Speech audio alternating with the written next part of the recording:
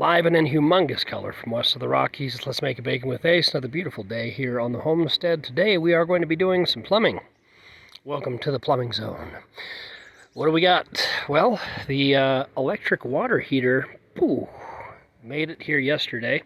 So we're going to give that a good college try. Although I know a lot of people don't actually try in college. So maybe we'll give it a real world try.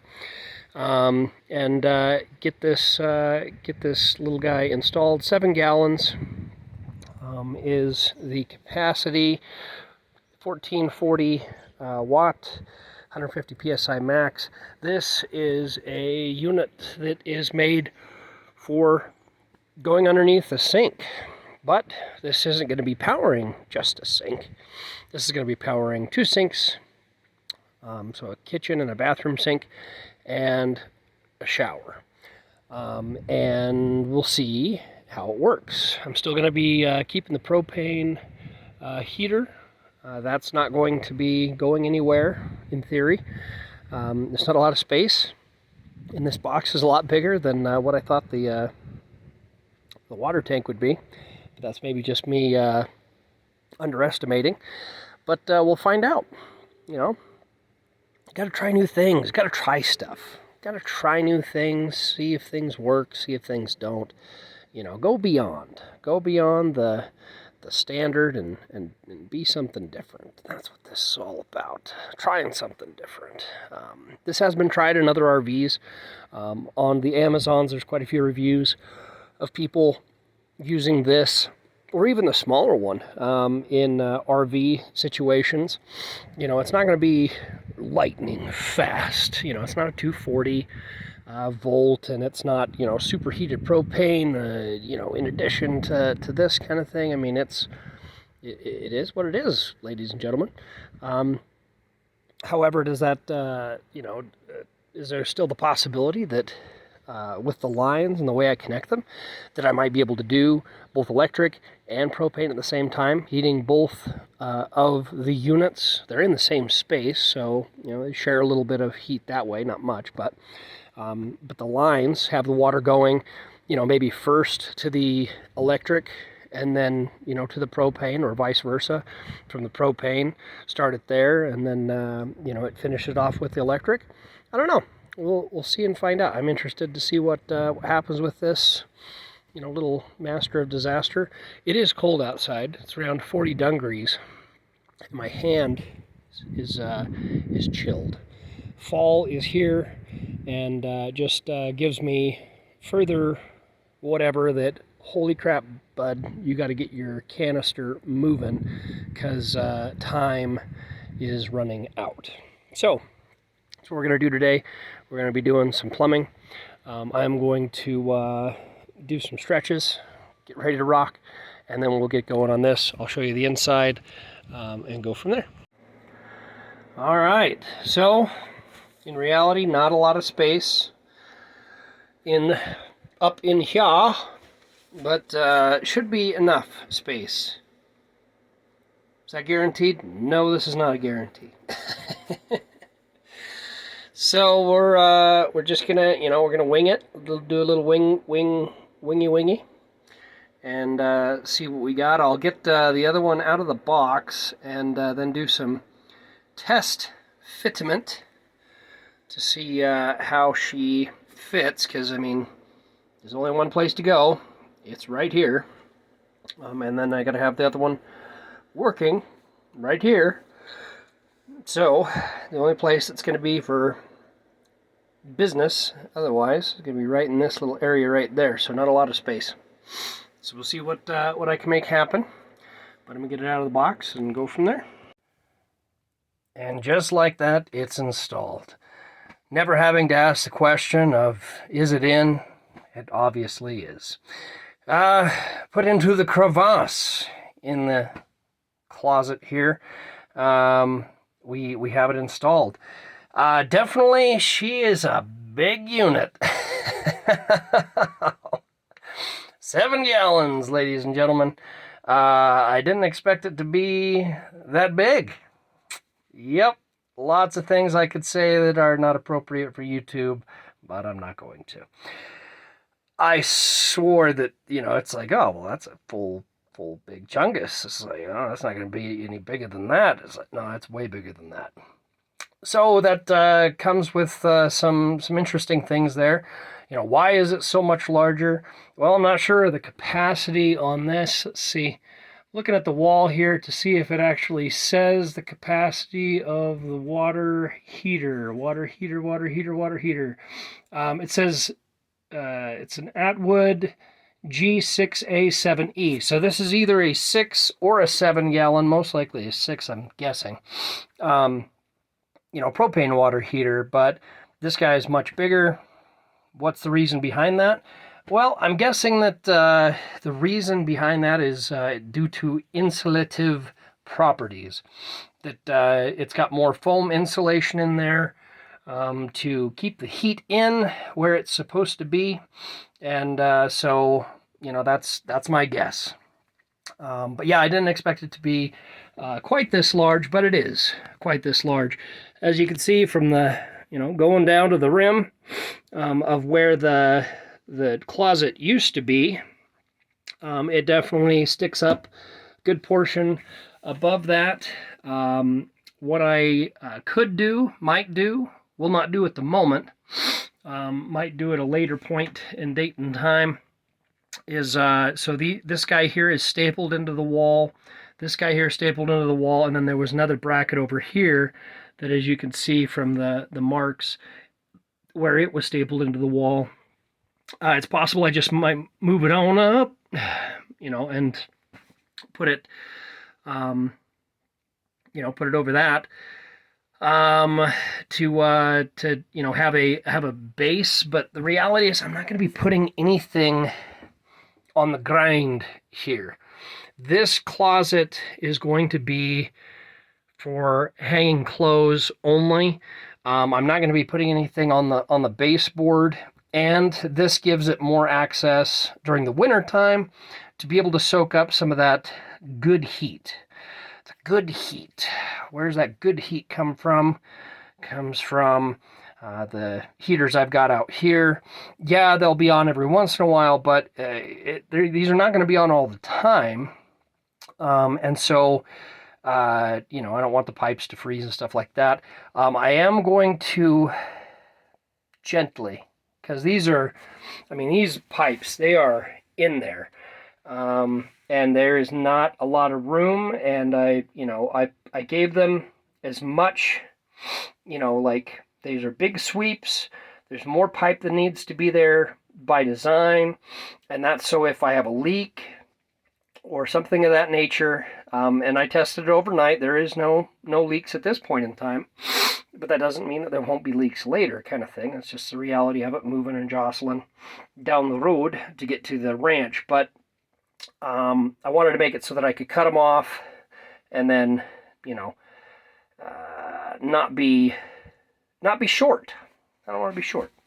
So, sorry, my allergies are killing me today. But this guy here, so this is the shut off. This shuts it off for the whole shooting match here. I also, for the pressure relief valve here on this guy, the other one's outside, so the gas one's outside, but this, got that through the floor. What that means is that if it has to pressure relief for any reason, it's not going to pressure relief onto the floor. It's going to pressure relief underneath to the outside. And that's important to me because I don't like water just randomly going on the floor. And a lot of people, they'll just leave the pressure relief willy-nilly. It's got threads for a reason. Use the threads, and, it has to be downhill, of course, but pipe it out to somewhere, a short little pipe. Get it out of your area so that if it does have to do a pressure relief, it's not going to pressure relief onto your floor at an inopportune time. The other thing that I did with this that's very interesting, that I'm just totally excited for the haters to hate on, and I just don't care, is how I pipe this. Is it to where a cold water is going in here, and a cold water is going in there, and a hot water is coming out of here, and the hot water is coming out of there, and it's got valves and stuff? to where you can, you know, decide on which one and pick and choose and da da da da da da. Oh yeah, no, I wasted a whole ton of the morning yesterday making up different PEX solutions with multiple valves and all that crap. And then I decided, okay, let's stop the stupid and let's do it the easy way instead of the hard way, and just cross my fingers that the water pressure isn't going to be reduced by doing what I did. And confirmed as of yesterday, it does not reduce the water pressure for the setup that I have. So it's a beautiful thing. So what do I have going on? I have from the water source going in to the propane, then from into the cold inlet, and then out of that hot outlet. That hot outlet goes into the cold inlet of the electric and then goes out of the hot, and that goes to the sinks and everything. Why did I do that? Well, because it's incredibly unlikely, and it's possible that it could cause some kind of issue if I heated the water in the propane and then also had the electric on. I'm not sure if that would cause a pressure differential issue, whatever, because you have hot water going into this instead of cold water, whatever. But most likely, I'll be using one of these at a time. My goal is to use the electric mainly or 100%. That is the goal. However, depending on solar circumstances, etc., that might not be a possibility. So I have it to where if I don't have good solar, that I am able to connect it into this sucker here, or turn this sucker on and not have this guy on, have it heat, and it'll just run through and there'll be no issue. And so I was very happy not have any issues with water pressure with that. So that is a beautiful thing, because I was thinking, man, going through 2 water heaters, that might cause some issues with water pressure. That is not a case that I have run into whatsoever, and that is a beautiful thing. Incredibly happy with that, not outlook, reality of what it is, blah, blah, blah. But, so yeah, good to go on that. What do I have left as far as plumbing is concerned? Well, good thing is I got my sink, my what's called drain dingus, to where it doesn't have the overflow, so it's for an RV. Got that installed, puttied, beautiful, no leaks whatsoever, and it works like a champion. Hot, cold, good to go. Love it. Beautiful, exciting, all that good stuff. This is installed, good to go, caulked up, boom, shakalaka. I'll probably put a little bit of silicone. I'll re-silicone the exit spigot there, but so far everything looks like it's holding water like it should. No leaks, so happy camper about that. And so what I have left, I've got the outside I'm going to be doing. It'll be today's video, but it'll be tomorrow's video, really, because I'm going to be closing this one out with this video. But I've got some external junk that I've got to get taken care of. The other thing I got to get taken care of is wiring this up. There's the wires right there for electric. I need to have it to where it's connected to, some kind of heavy-duty booty switch, like a 20 amp industrial kind of switch that I can put on the wall, or put on a wall, or put on somewhere to where I can easily turn it on and off, and then run a wire for power to it underneath the RV. The power connection for this guy is going to be connected to the AC Bluetti AC200P, along with the other AC unit and / heat pump, because it's a dual unit deal. So that's going to be the primary power source for running this guy is going to be that AC200P. And so I got to get some wiring underneath so that I can make a joint connection between those. I'm going to pick up a Harbor Freight. Just kidding. I actually love Harbor Freight. A Harbor Freight 10 gauge extension cord. I'll be cutting that up into a couple of sections, 100 foot, cutting them down into maybe some 25-foot sections so that, because I'm an overdoer. I do not like to have small gauge cable on anything. The other thing I could do is run two runs of 12 gauge Romex if I really want to go, overboard. It's a very good possibility I might do that. We'll wait and see what happens. Also depends on where. Man, it is a mess. Yep, this mess will be cleaned up in the next week or so. It's going to look way different because it looks like an absolute disaster area now. Do I care? Not a chance in hell. So if you think that this bothers me, no, it's a construction zone. Deal with it. If you're trying to clean up and shit all the time while you're doing a construction zone, yeah, that can be a little bit easier. But hey, you do you, I'll do me, and yeah. So, but in thinking about it, this is the AC unit for the back for the bedroom. This is a bedroom only AC unit, and well, actually, it won't be powering the front now that I think about it. The AC200 will be powering the AC unit in the bedroom. Now that I'm thinking about it, I forgot all about how I was rigging that up.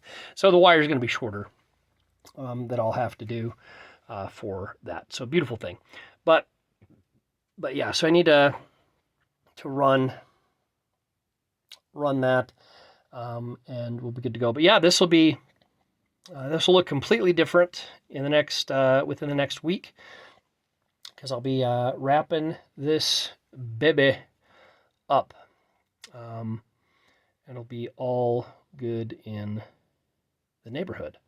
The other thing that I might be doing as a possibility, and I have yet to fully decide on how I want to do it. I hate booths. I hate them with a passion. Hate the booths because you got to slide in, and this is a fabric. So sliding on fabric is freaking impossible. And it's just, you want to talk about one of the pet peeves of mine. I don't have a whole lot, but man, booths are a pain in the freaking schnitzel. All right, so now that I've said all that, what do I plan on doing with the booth? Well, I was planning to have my TV here. That's still a possibility, but another possibility is I don't use this as a booth. I use this as a place to put the TV, so I can put a TV stand here and then watch the TV from the couch, or I can watch it from my chair there. That's going to be my main living area. I'm going to eat there. I'm going to do, if I get online work or anything, I'll be doing work there. If I actually edited videos, I would edit videos over there. I'm not going to, but yeah, so that's going to be that table is covered with shit, is going to be my main living table. And this, it's a possibility that I might put a TV stand here, have the TV standing, and then like right there, kind of thing. And then for the window, instead of having the AC unit up front, having the AC unit heater up front, having the AC unit heater right here. I already have a 12 gauge Romex coming from right there over, and the plug is right there. So actually I have access to the Romex, and I can put a box in there, put another plug right up here, right there, replace actually that plug with one that's connected to the 12, and then have it to where I could put the AC unit right here. And then I could do a thermal block, like a full thermal block for the front, and not having that window leaking leaking air that way. You know, the heater, the propane heater is going to be up there, my 30,000 BTU heater. But you know, I'm not exactly sure how I want to do everything as of yet. But I've got a lot of foam filler board, extruded closed cell insulative foam board that I can use. But I'm not sure how much I'm going to have left after I skirt the RV, so that's going to be a to be determined kind of thing. But I might be able to use that to block the front, depending on if my science project for creating solar greenhouse effect to create heat out of the front does not work. There's a lot of stuff coming in the future. But yeah, it's all good to go. All good to go there. I'll tell you what. But I'm not sure. Everything's up in the air. Everything. And that's okay. I'm totally cool with that. But today, I'm going to get working on the plumbing to in reality, wrap it up. I'll be working on the side. I need to do some filler foamage because, as you can see, that's just open. Whoop, just open. You know, filler foam up some holes and make it beautiful and all that jazz. And so that I can wrap up that project and move on to the next. I got a lot of stuff I got to get done. I need to accelerate. It is getting cold here in the nights. It's getting into the 40s. So that means it won't be long to where it'll be getting into the 30s. And by that time, I need to be ready to roll out. And I've still got a lot of stuff to get done before I roll out, including testing. Making sure that, you know, the brakes work, because they weren't working very awesome before, and I replaced the bleeders and all that.